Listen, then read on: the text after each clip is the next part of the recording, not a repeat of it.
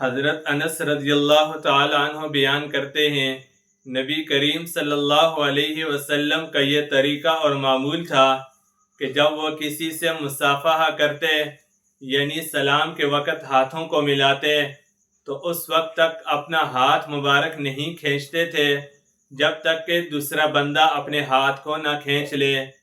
اسی طرح ملاقات کے وقت نبی کریم صلی اللہ علیہ وسلم اپنے رخ مبارک، چہرہ مبارک نہیں پھیرتے تھے اس بندے سے جب تک کہ دوسرا بندہ اپنے چہرے کو نہ پھیر لے۔ یہ حدیث ہمیں سکھلاتی ہے کہ نبی کریم صلی اللہ علیہ وسلم کیسے اعلیٰ اخلاق اور بے مثال محبت کرنے والے، لوگوں کو عزت احترام دینے والے تھے۔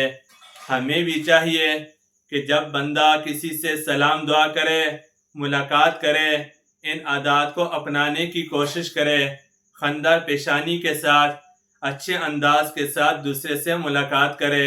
اللہ تعالی ہمیں عمل کرنے کی توفیق عطا فرمائے۔